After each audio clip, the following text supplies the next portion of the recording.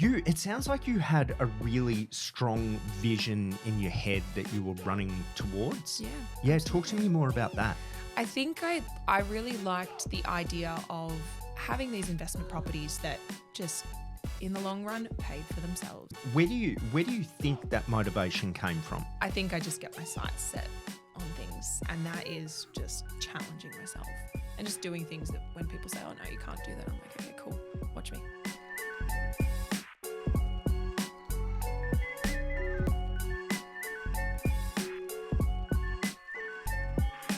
Welcome back to the First Home Foundations podcast. My name is Lee Anderson and I will be your host for today. Today, my guest is Amy McKellin. McKellin. It's a common mistake. So I'll correct you there.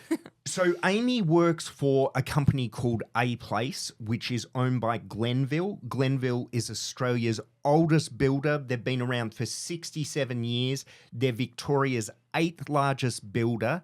And Amy herself, at only 29 years young, already has 6 investment properties. Yeah, absolutely. It's been a bit of a journey, and I'm pretty lucky to work in a job where I'm actually passionate. And personally, I do what I sell, so it's incredible. It's a good spot to be in.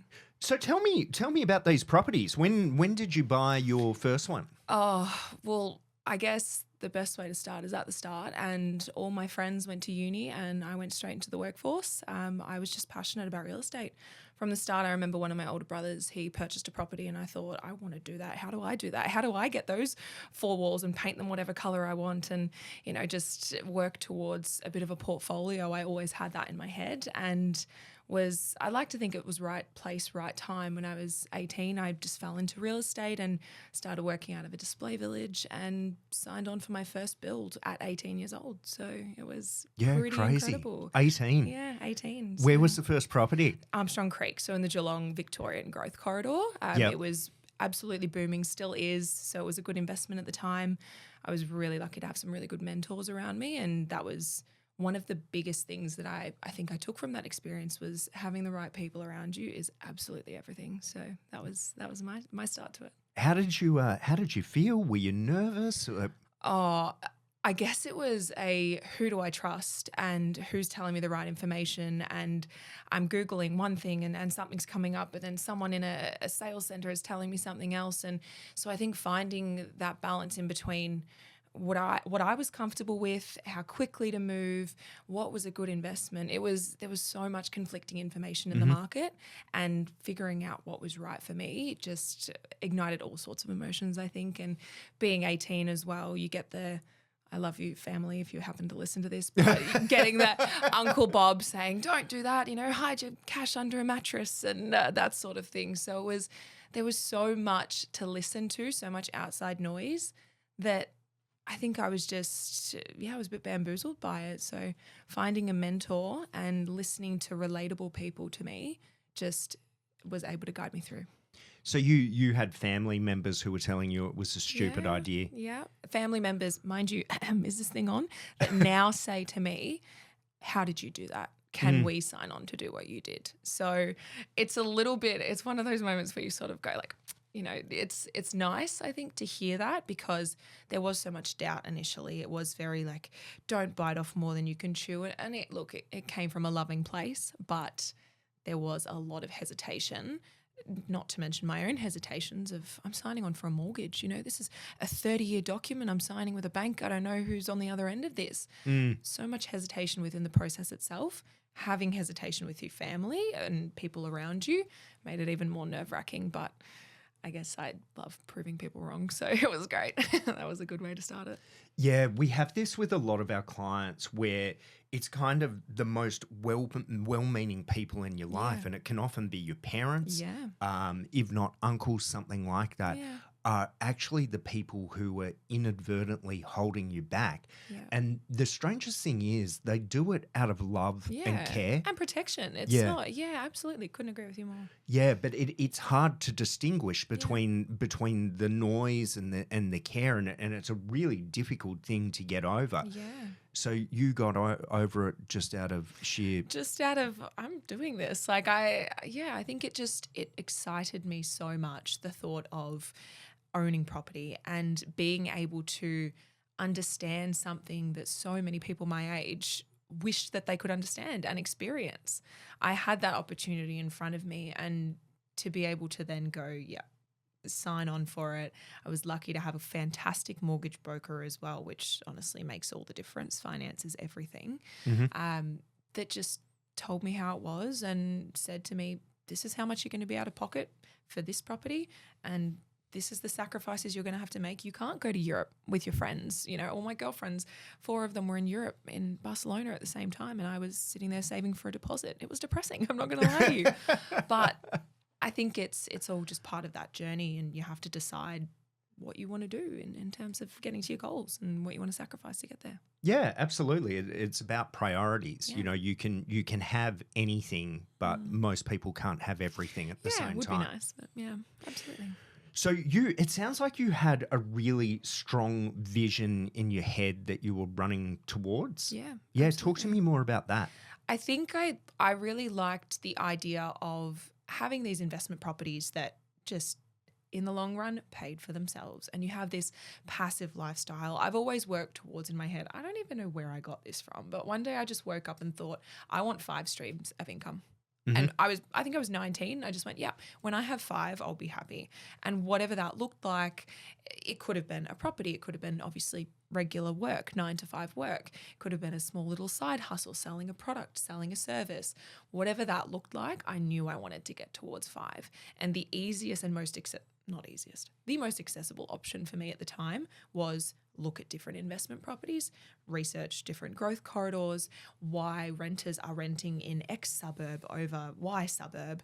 Why would someone want to rent a property from me over the street down the road, you know? So it's, it just became this real infatuation that I had of how do I get there? And it just was like this roll-on effect. I would purchase one property, sit on it for a little bit, sit on it for about a year, get the call from your mortgage broker saying, look, this has done quite well, or this has, gone up with the natural inflation of the market. What do you want to do next? And that would just keep the clogs ticking. Where do you think that motivation came from? Oh, I don't know. Ask my mum. I was a very stubborn child. So absolutely. So I think I just get my sights set on things. And I remember watching, this is really igniting a memory, but I remember watching like one of those really old, like those real estate shows where people would like the million, like a older $1 million listings sort of vibes. Yeah. And seeing these real estate agents in these funky suits and flashy cars and all this sort of stuff. And when you're 14 watching this, you sort of think, oh my God, that's amazing. Yeah. I just want to make money. And you get older and realize, oh shit, I have to do things to make money. Like I have to actually make sacrifices and make these decisions and know things. And so I think that I've just always been so intrigued by the concept of, at first it was making money, and then it just became what just stimulates me. And that is just challenging myself and just doing things that when people say, oh no, you can't do that, I'm like, okay, cool, watch me. I guess that's a pretty pushing mindset. Yeah, I mean, it's something that I say in my book a lot. I say it repeatedly. You need to stay positive, be determined, because it's not a straight road, and you're going to have things pop up in front of you, and they're often things that you don't expect. Yeah. So you think the difficulty is going to be in the process of purchasing the property, which it could be, but I often find, particularly for first home buyers, the most difficult hurdle to overcome is the amount of negative feedback you get from people who are closest to you, who should be your biggest supporters. Yeah. And 90% of the time, those people haven't taken the leap that you want to take. Yeah. So it's quite an interesting one, I think, because I look back at people that said to me, oh, don't do that, it's in a bad spot, or don't do that, it's too expensive. And like I said, they're the people that are now saying, oh, what would you recommend in the market? Yeah. And look, I understand both perspectives, because a lot of the time, I was going out on a whim as well. Like I didn't know, I wasn't no expert at the time. I just wanted to challenge myself and dive head first.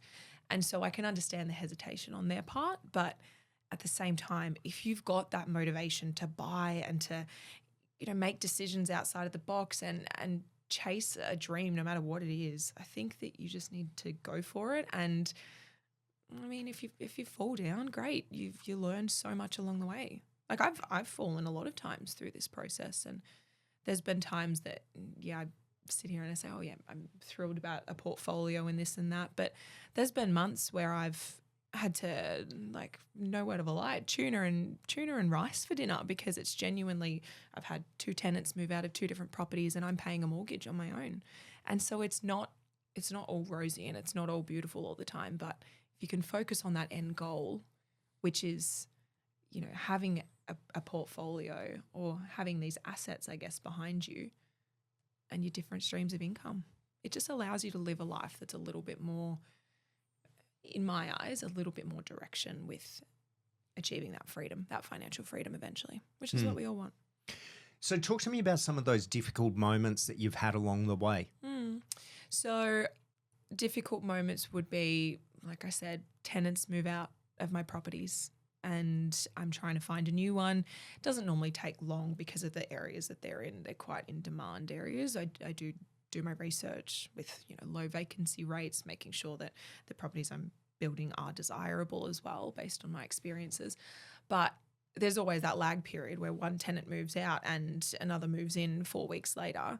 And for me, at one time, 2 properties were doing that. So it was, a fair few thousand coming out of my account unaccounted for almost a month or 2 in a row. And so that was a bit of a tough one where I said, oh my God, have I bitten off more than I can chew here? I'm relying on other people. But the next month rolled over and I thought, you know what, that's okay. It's just part of it. It's one of the sacrifices you make. So that was definitely one difficult moment. I think other difficult moments as well are, this is a bit of a weird one, but putting pressure on myself to continue to grow the portfolio as well. I recently my last purchase was only about 2 months ago, and that's currently in the construction space now. But before that, it was 2 years before I had transacted on anything at all. And I remember getting almost antsy. I was feeling like I was almost failing because I wasn't continuing on this line of purchasing properties or flipping or holding. And I had to get a bit of a reality check because I thought, why am I doing this to myself? Let's just. And I get good feelings about things as well. So when the right property came along, I purchased it. And so that was another bit of a confronting time, I think, when I was a bit stressed about what was next as well. And at what point is enough? And you just sit there and you go, okay, I'm content. So, yeah. Well, speaking of, what's the goal? What is enough? I would love to get to, originally, the goal's changed recently. So originally I wanted 10 properties. I wanted 10 properties before I was 30. I've had 10 transactions and I'm 29, as in I've purchased a couple, sold a couple, bought a block of land, then sold it a year later. So I've had 10 transactions, but I'm not holding 10 properties. And so the goal originally being that the goalposts have changed since that. I want to have 3 commercial properties. Okay. All 3 of them paid off and just sitting there, passive income coming through. Commercial real estate's a whole different ballgame. There's a lot of hoops to jump through, but I currently have a display home, which is on a commercial lease. And that one it's definitely my best performing investment that I have. So that was a good one. So when you were talking about getting into these properties, one thing you mentioned was, you needed to get the broker first. And what I find particularly with first home buyers is when they start getting interested in properties, what they do is they get onto realestate.com.au or they start looking at builders' websites and they start floor plans, tiles. Building this dream Ferrari house that's going to cost $2 million to make.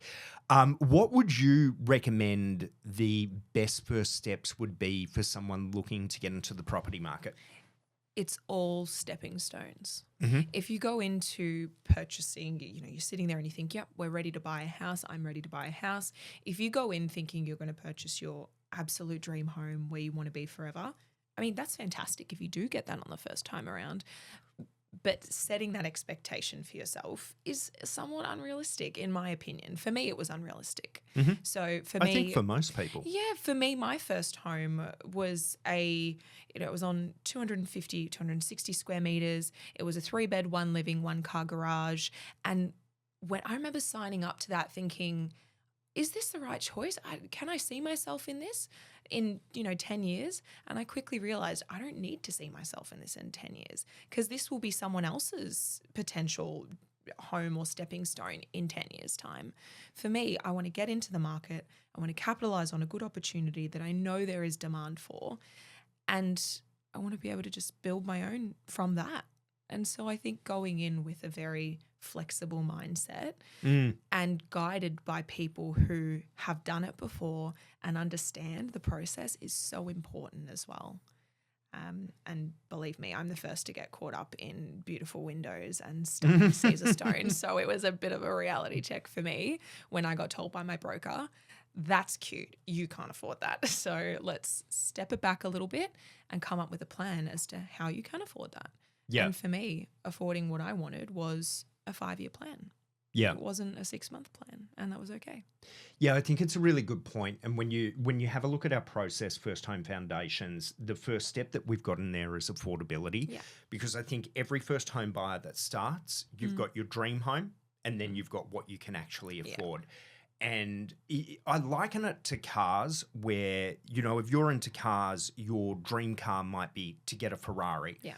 But you understand that your first car is far more likely to be a Holden Barina. Yeah, absolutely. And then you'll work your way up Get to you that. A to B and you go from there. Yeah. Yeah, correct. But when it comes to houses, for some reason, people think I have to begin with the dream home.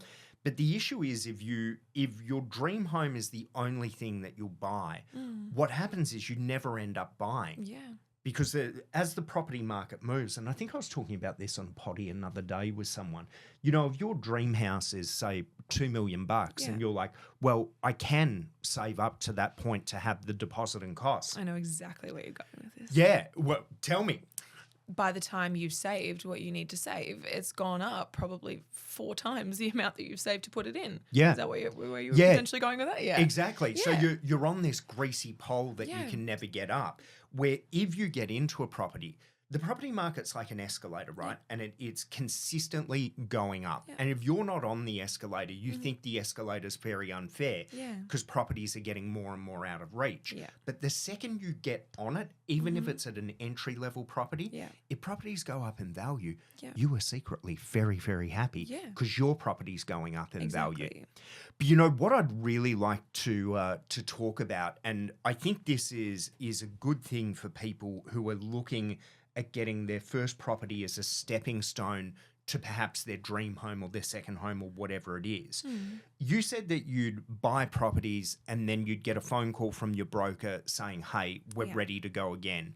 What does that mean? How have you used one property to go into the next? So essentially what I have done, and everyone structures it differently, and I need to disclose, I'm no financier. I have no financial qualifications.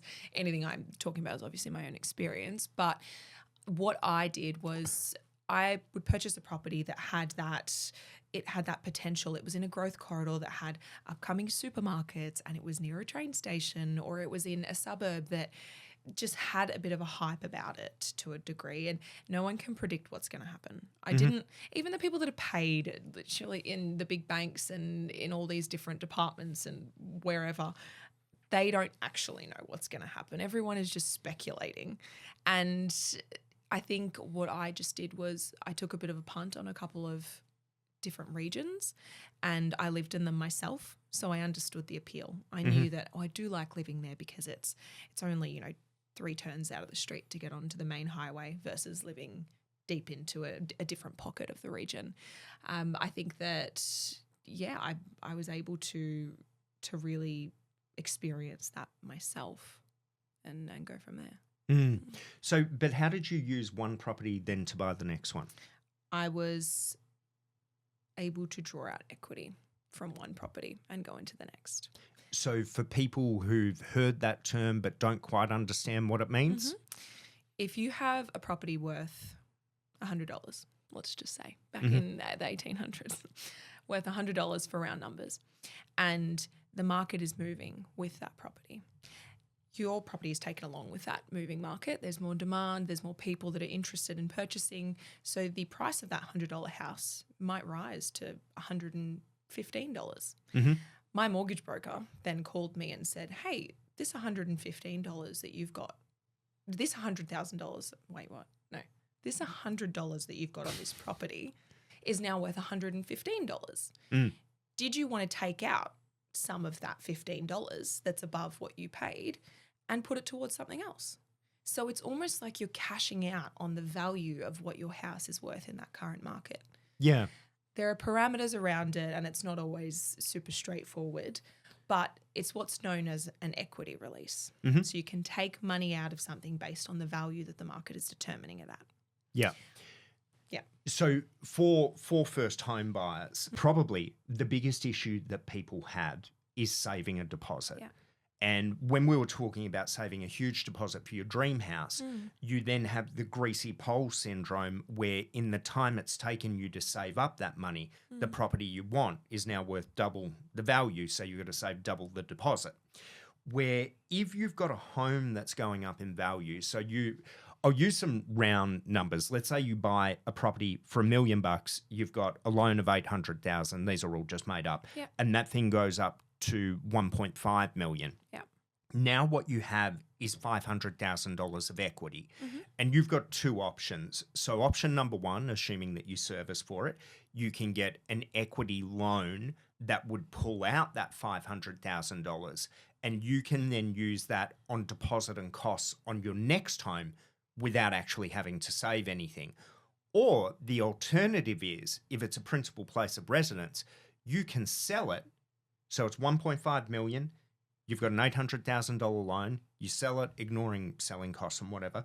You've got $700,000 now, which you can use as deposit and costs on your next home, which may be closer to your dream home. And this for people, and it's certainly what I've done, it's how I have leapfrogged from, I bought investment properties to begin with before I bought a PPR. And that's the way I did it, was just with equity. The only big chunk of money that I ever had to come up with was for that first property. And people can do it with their principal place of residence as well.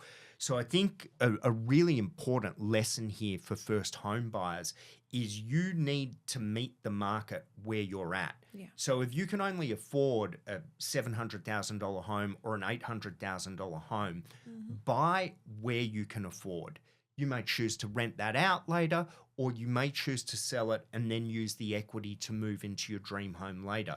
But the reality is, if you don't get on that escalator, property prices aren't going to get cheaper. They're going to keep going up. So the longer that you leave it, the more difficult it is for you to get into the property market. Yeah, absolutely. I couldn't agree more. And you're going to either be on that train when it leaves the station or you're not. And so be on it is my advice.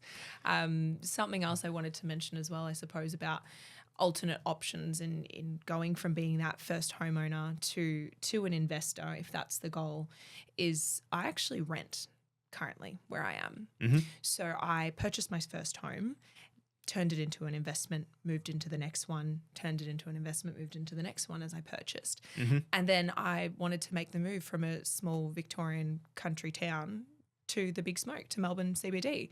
And I quickly realised that Melbourne CBD prices and the taste that I have in homes is outrageous, and I cannot afford a $2 million loan. And so what I did was I worked out that rather than paying $15,000 a month or whatever the mortgage repayments were to purchase, I could rent something where I wanted to be and invest where it was making money for me. Yeah. So that is my current approach, which I'm actually really loving. Yeah, I think the important thing with rent vesting is this. So a lot of people talk about rent vesting. People are like, yeah, I'll rent where I want to live. And then they forget that you actually need to buy an investment property as well.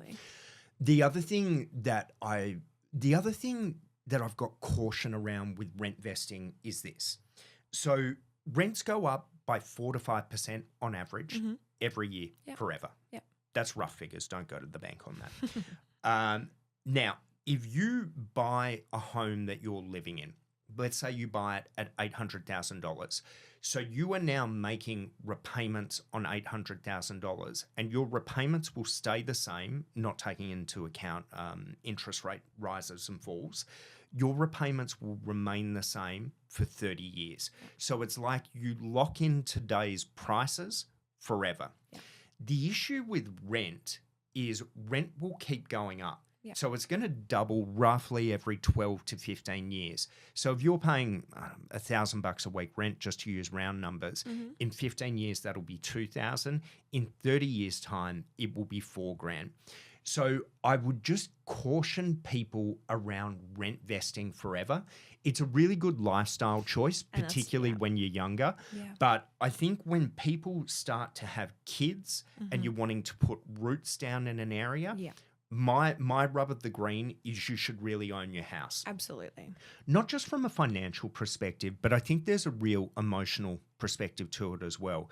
So, you know, I had a family home that to this day, I keep driving past whenever I'm in the area. The same one, yeah. Yeah, because it's got all the memory. Anyway, they knocked it down the other year. No. Yeah, That's really they put a new upsetting. development on it. Oh, the buggers. Yeah, but that I think that's just an example of the emotional pull of the family home. So, you know, when you've got kids, you want them to be in the same house. You want to draw the little lines on the corner of the, what do you call this? The door frame. The skirtings. Yeah. And as they grow older, you know, they want to be in the same area, growing up with the same kids. Yeah. And I think if you're renting, you've got an instability there, Absolutely. which for families, I think is no bueno. Yeah, absolutely. No, I couldn't agree with you more. I think it's definitely, like you said, a lifestyle current choice. And the thing that I like the most is when my rent goes up on the current house that I'm living in, well, so do my investment properties. Hey, everyone else is here's a bit of a rent. And obviously, like you said, it's not exorbitant. It might just be between 4 to 5% per year. But it's that I couldn't agree with you more. Having that principal place of residence that you're working towards should always be the end goal. Having that, the concept of a lease above your head can be quite stressful. Of, is my landlord going to renew my lease for another 12 months? Do I need to jump back into a really, really hot rental market? So yeah, working towards that is always going to be the goal. Yeah. And I think at 29 years old, it doesn't matter so much. I think without a family, it probably doesn't matter so much because you've got so much flexibility. Hey, I have two there. dogs and they rule my life. They need a lot of space, okay?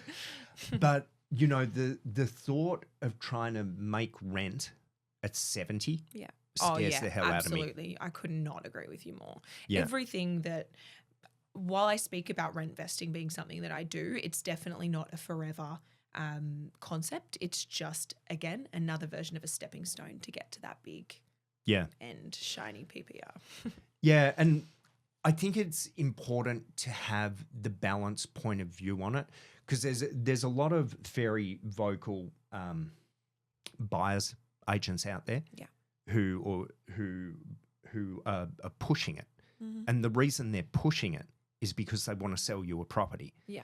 And, you know, we want to sell your property as well, like just full disclosure.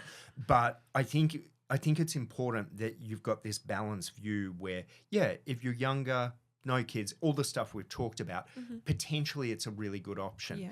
You know, for people with a lower borrowing capacity, if you buy an investment property because the rent's included as well, you may find that you can purchase where you wouldn't be able to purchase without it. I'm not saying rent vesting is bad per se.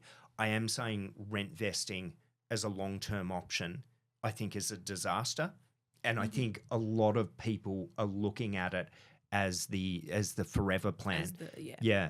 And that thing I consistently come back to, like, I look at my dad who, had a major heart attack a couple of years ago and is, he's 70. Oh God, I should know how old he is. He's 70 something.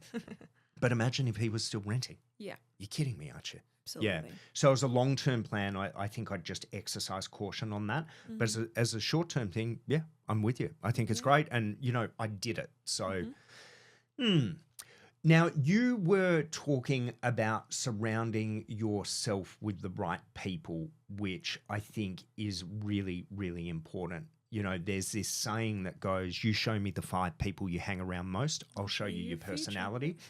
And, everyone kind of thinks they're better than that. Sometimes I think I'm better than it as well. But, if you hang around with super negative people, you will end up super negative. 100%. If you hang around with people who've got no money, who spend it all on trips to Europe, you will end up doing the same thing as well. So how have you gone about making sure that you're surrounding yourself with the right people, and who are the right people? Well, that's a really good question. I think that there's a lot of different aspects, obviously, to life where you can choose to surround yourself with different people. There's socially, you're trying to choose people who are going to make the right decisions with you and look after their bodies and their brains and acknowledge that therapy is for everyone and be open-minded and have conversations that fill your cup as well. And I think something for me that this is actually very random, but 2 months ago it was my 29th birthday and I was standing on the dance floor with all of my favorite people. Mm-hmm. And I just remember looking around and it was glitter themed, obviously, because that's what you do at my birthday parties. And we had glitter microphones. We were singing along. And I just remember thinking, this is it. This is exactly what I want to work towards. I want to surround myself with people that I know would do absolutely anything for me and who would never not help me if I needed it. And I feel the exact same way about those people. And so I think socially, they're the sorts of people that fill my cup. I think I put a different hat on when I start to think about corporate finances, that sort of long-term goals. I need to be really quite smart about obviously understanding people's best interests as well. I understand that my mortgage broker has a goal to, get me to continue to purchasing properties because everyone benefits in that case. I understand that. However, I've chosen to surround myself with a mortgage broker that knows his stuff, that's been in the industry for a long time, that has an absolute truckload of people who have referred, I have referred to, who have had such a good experience with them as well. I think it's important to really partner with people who you get a good feeling from as well and who let you talk to. Mm-hmm. The best thing about some of the people, my accountant, when I sat down with my accountant for the first time, he said, "What do you want from me?" He just looked at me and said, I don't know what I want from you. I've never done this before. Instead of him sitting there saying, this is what I can give you and this is what we're going to do, he said to me, why do you think you need an accountant? And then worked backwards almost to educate me on all the reasons that he could help me if I wanted his help. And I think I just responded really, really well to not being pressured, I suppose, into knowing everything, because I didn't know anything. And I still am learning every single day with every purchase, with every mortgage repayment that comes out, every call from the bank, every call from a local real estate agent wanting to appraise a property. I learn something new. And the key is to never stop learning. And never stop being open to learning and listening to other people's experiences, because it all helps. And you meet some really cool people along the way. So if I was to sum that up in a sentence, it's to get, when we're talking professionally, it's to get a team of people around you with the skills that you need, but most importantly, that you trust those people. And then I think the adjunct to that everyone needs is you need to be able to learn from those people as well. Absolutely. Cool. Let's segue into some more work-based stuff. So you're working for Glenville, A Place, which is one of Australia's largest builders. Yeah. Well, first of all, what market are you working in with Glenville? Whereabouts do you guys build? So we have a building license in Queensland and Victoria, but I specialise particularly in Victoria in different growth corridors. We build in most places. We don't build everywhere. We have really strong site teams, obviously, throughout the metro Melbourne. We go to areas like the Shepparton region. We do a lot in Geelong. We do a lot in the far southeast. We're looking at a couple of different new growth areas that we're wanting to move into as well. So we're constantly studying the market and seeing where the wind is taking people. So on a day-to-day, it's my job to be studying what people are choosing and why. And what are people choosing at the moment? People are choosing price point at the moment. People are looking at the Victorian market and they're comparing it to the Sydney market and the Queensland market and saying, why can I get something for $750 in Victoria that costs me $950 in Queensland? And they're going, well, this is good because I can't afford $950 anyway, so let's go for the $750 option. I think that there are so many positives to purchasing within the Victorian region. We've got one of the world's most livable cities that we are currently sitting in, and it's just there's so much room for growth. There's so much room for opportunity. There is constantly new money being pumped into different segues. You look at all the different projects that the government's currently working on to be able to facilitate such an influx of people coming in to this area. So talk to me a little bit about that. Why is Victoria so cheap for beginners? Mm-hmm. Why is it so cheap? I would say that, honestly, if I look at the Sydney market and the Queensland market, Queensland has had this absolute boom within the last probably 3 years, I'd say, that is particularly within the last 3 years, that is come off the back of the lack of land supply. There is such a lack of land in the Queensland state. Mm-hmm. And developers that do have land are slowly drip feeding it. So the demand is so high, so the prices skyrocket. In Victoria, we have more land. Mm-hmm. And that's just factual. We've got more developers purchasing more farms, cutting them up into little blocks and selling them to purchasers wanting to build their first home, their second home, their investment. So there's just more opportunity, which means that the prices obviously haven't jumped as much as they have if there were 1,000 people lining at the door for one single block. And do you think Victoria is going to, or let's talk about Melbourne specifically. Mm-hmm. Do you think that Melbourne will continue to be at this cheap price point? No, definitely not. We can look at the movement in the last 5 years, and I look at the prices of a build, and not just with us, across the board. Everything is relatively on par. You look at what I could buy 5 years ago versus what I can get for that now. We're going to be saying the exact same thing 5 years from now. Oh, I wish I jumped in at 2025 prices, 2026, prices. Yep. That's just how a market moves. That's how our real estate market has been for the last 100 years. Mm. So what sort of price movements are you expecting in Melbourne? What do you think is going to be driving those changes? I feel like it's rich of me to say no one can predict things and then try and start predicting things. But I think that the progression that we're seeing at the moment is those subtle little $50,000 increments that, what we could get for $750 6 months ago. Within the new year, the prices of the sizes of the blocks may have gone down by 10, 15 square meters. And you sort of start just noticing when you study every day, you notice these subtle little changes.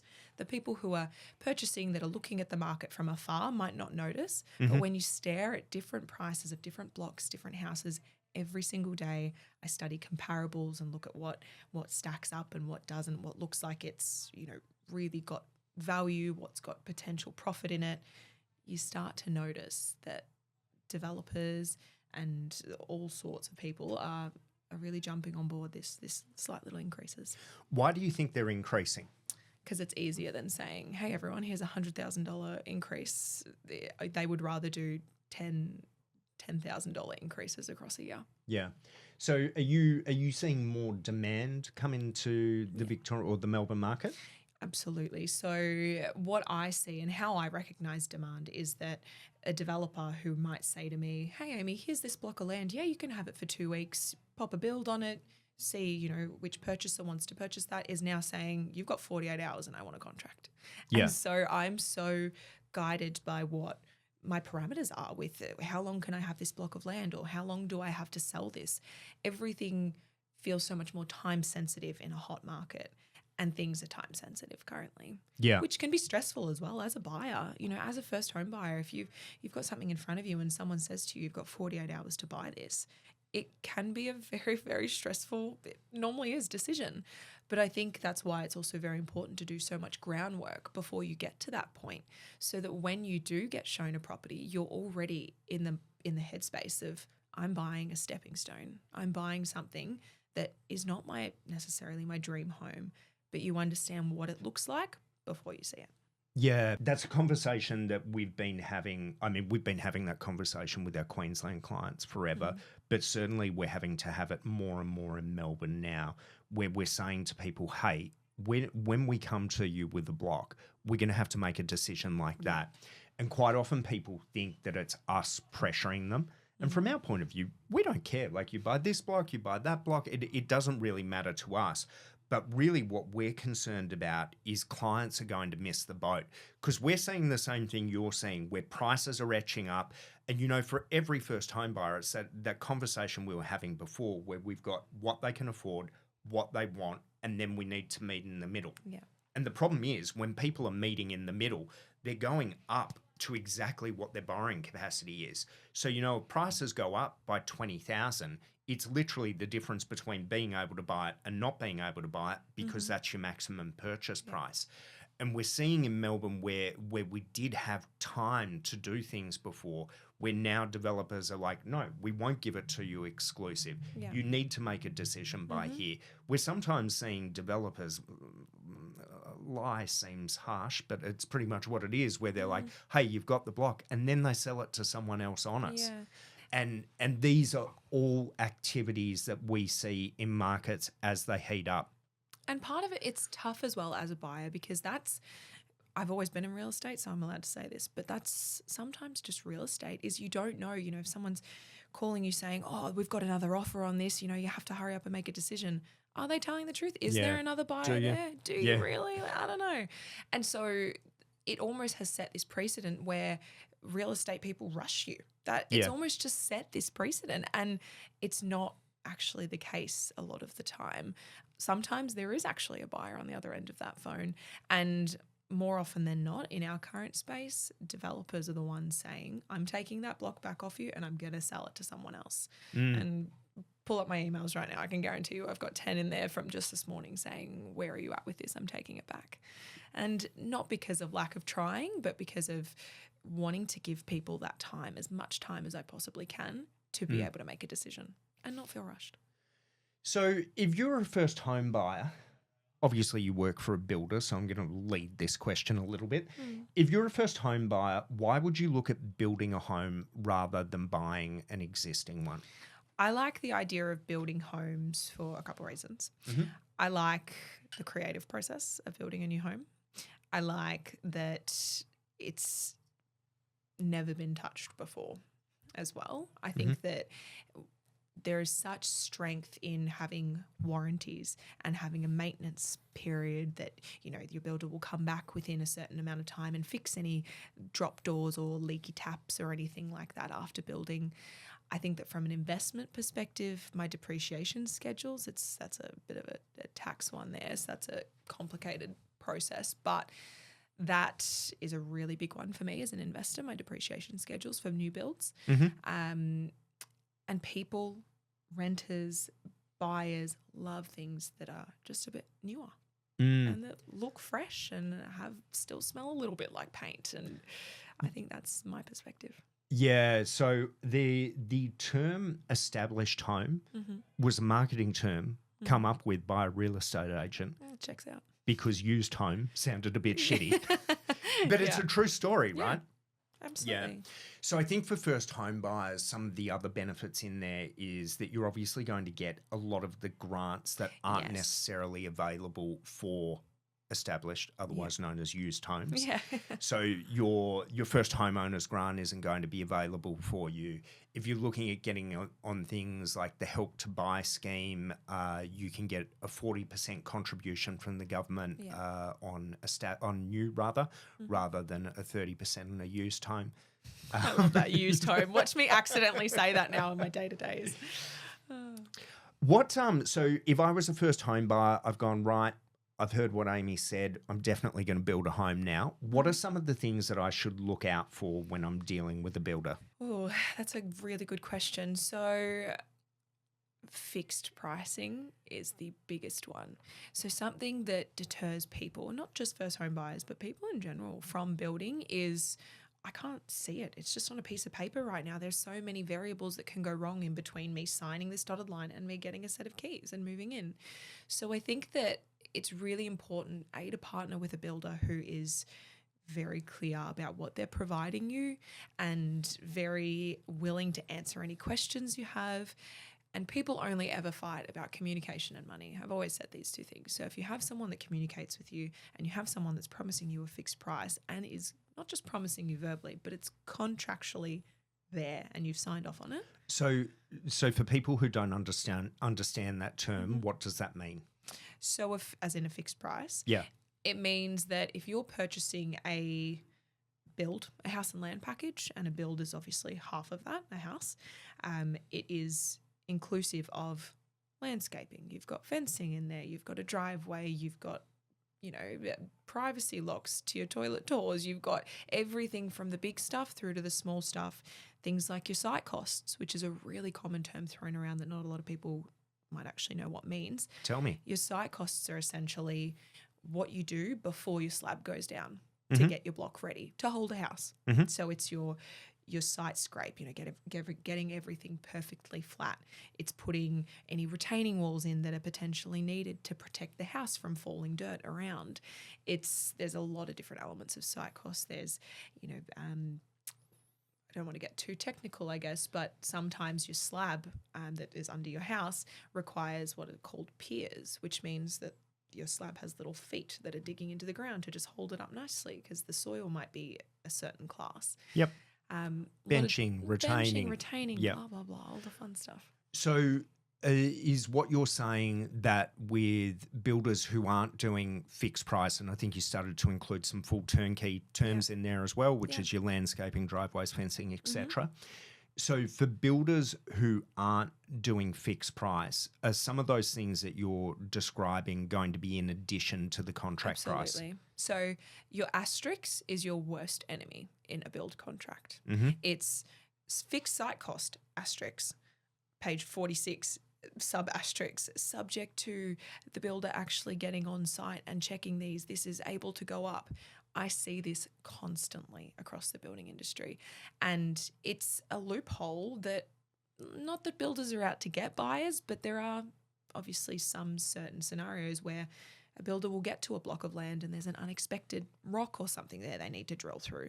Yeah. What fixed builders will do is say, we didn't foresee that. However, we've provided a fixed price, so that's just on us now. We just need to sort that out. The clients will not see that cost.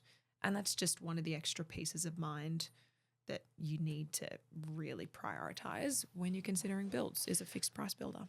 Yeah, I think this is very important for first home buyers because the biggest issue for first home buyers, or one of the biggest issues, is money is super tight. Absolutely. So when you go shopping for builds on price, there's a couple of things that happen.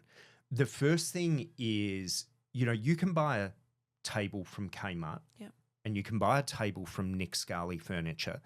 Both of those things are called tables and both can function as a table, but they're two very, very different things. Absolutely. So I think that's the first issue with trying to shop builders on price. But the next one, and this is what you were talking about, when builders are advertising impossible prices, they very often are impossible because things like that aren't included. So what happens is a builder will raise a variation to your build price, which will be based on, we went out and the soil type isn't what we thought, and now we need to do piers for your slab. And how much would that cost? 10 grand. Great, 10 grand. So for that $10,000, for a first home buyer, that $10,000 wasn't included in your loan amount. Yeah.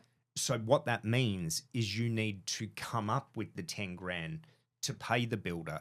And if you don't come up with the 10 grand to pay the builder stops working. Yeah. And it's as simple as that. And the issue is we've just picked out one there, which might be the soil type. There's got to be 50,000 different things where there can be variations to build prices. So while it looks unbelievable at the front end, by the time you get to the back end, you've ended up paying, the same or more, but you've had to come up with all of that money. It's not included in the loan. So, whenever we've dealt with builders being a first home buyer company, two of the things that we have to have is fixed build price and a full turnkey product. Yeah. Because as a first home buyer, you need to get the keys to your home and it's just ready to live in. Absolutely. Yeah, it's ready to live in and there's no unexpected costs, because the unexpected costs kill first home buyers. They do. And you see it everywhere. You drive down the highway and you see a big billboard and it says house, 4-bedroom, double story house for $300,000. And then it's got 6 asterisks next to it. Like I said, the hidden little gremlins. But once you actually break it down, that's just a base price. That's a starting price. Yeah. It's not even a base model because you have so much you need to add on top of that. Like what? Well, you need to add your site costs in. So that base price won't have site costs. Yep. It won't have any requirements from council. It won't have, any NBN electrical wiring you need, any recycled water that your council might require. It won't have any developer guidelines. So if you're purchasing within an estate in the area, the developer might need, a ColourBond roof. They might say they want exposed aggregate driveway instead of normal concrete just because they want a specific look in their estate. None of those things will be considered. Yeah. There's so many different things that need to be factored in that those billboards just want to grab your attention. And then once you're in the door, it's, oh, by the way, it's not 300, it's 450 and the rest. Yeah, and it is not unusual for the cost to go up by $100,000 or more. Not at all. And the industry actually has a term for it. They call it bait and switch. Yep. So we bait you with something that's not real, and then we go, oh, no, you can't have that, and here's the real price for everything else. But the thinking is, from a marketing point of view, that once I've got you in the door, well, then I've got a chance with you. Yeah. Mm. And it makes sense. It has its place and it works. There are so many people that, so many builders that are so successful that do advertise off billboards in that sense. And it's not to say a product is less superior. It's just to say that if you want a fixed price, no surprise experience, you need to be careful who you partner with. And like you said, you guys focus on partnering with builders that take that stress away, which is, in my opinion, was the main stress for me as a client who was building. Is this price going to go up? What else should I look out for with builders? I think you need to partner with builders who, obviously there's been a lot of, in the past few years, particularly following the awful C word COVID, there's been a lot of builders who have, gone under, essentially. And I think that scared a lot of people as well, because people thought, well, there's been these big names within the industry who have collapsed for different reasons. How do I know who to trust? So I think it's important to, and like I said, I'm biased because I work for a very reputable, strong builder. We're full Australian owned. We've got no debt. We've got all the things, in my opinion, that would go, hey, I feel comfortable building with these guys. They're not going to, rip up my contract because they can't pay their insurance bills. They've got all of that sorted in the background, and doing your due diligence on a builder with those sorts of things is so important. And it's all accessible information. And I know that you guys have all that information about us and the other builders that you work with, and that's information we're proud to share is our rap sheet. Yeah. And for anyone who's listening who wants to be able to do this on their own, if you go into our book, so First Home Foundations, there's a chapter in there which actually takes you through step by step how to do due diligence on a builder. Yeah. All right, we'll begin to wrap this up. So Melbourne, the Melbourne property market encompassing Geelong, where do you see this heading in the next 5 years? Wow. I have a very heavy focus personally on investing in suburbs that, two different answers to this question. Number one, I love suburbs like Sunbury, suburbs like Armstrong Creek, that are already established suburbs like Lara, that are so established. They're little old towns, and there's just big developers sort of piggybacking off the existing infrastructure within the town. There's already the train stations, nothing's proposed. It's already all there. There'll be obviously supermarkets and everything added to assist with people coming into the area, but the foundation of the town is there. So that's my big focus. I love towns like that.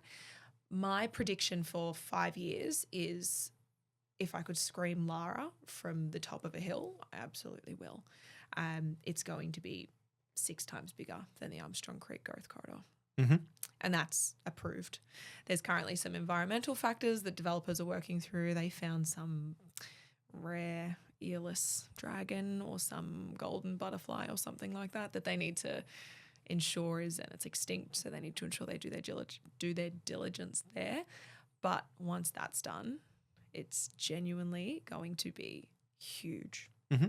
And it's the perfect suburb. It's the perfect region because it's on the brink where you've got Metro Melbourne and regional. Lara is the first regional suburb that is closest to the Metro. So if you've got the Metro border and regional, Lara's sitting right there. Mm-hmm. So you've got the access of Metro technically still, but then you tick the regional box for purchasers who need to be regional for visa purposes or for work purposes, whatever it might be. Oh, yeah. So that's another point that we like to refer back to. And the price points are still around that $750, that first home buyer sweet spot, still qualify for the grants, still have that highway access. It's where my brain goes all day, every day. If you could give one piece of advice to someone looking to buy their first home, what would you give them?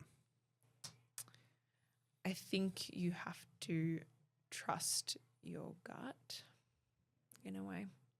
I think you need to keep motivated at the end goal. Mm-hmm. Remember your end goal. Even though this is a long-winded one sentence piece That's of okay. advice, but it's your stepping stone, and keep that so close within perspective. Don't lose sight of that. When you're purchasing a smaller property that wasn't exactly what you had in mind, if you've looked at the numbers, you've spoken to the people that you trust, you've done your own research as well, and it stacks up as your first stepping stone out of 5, that's okay.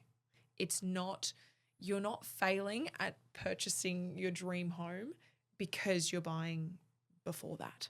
Mm-hmm. It's actually just working towards that, and you're working smarter than the people who are sitting there and not purchasing because they're holding out for the $2 million.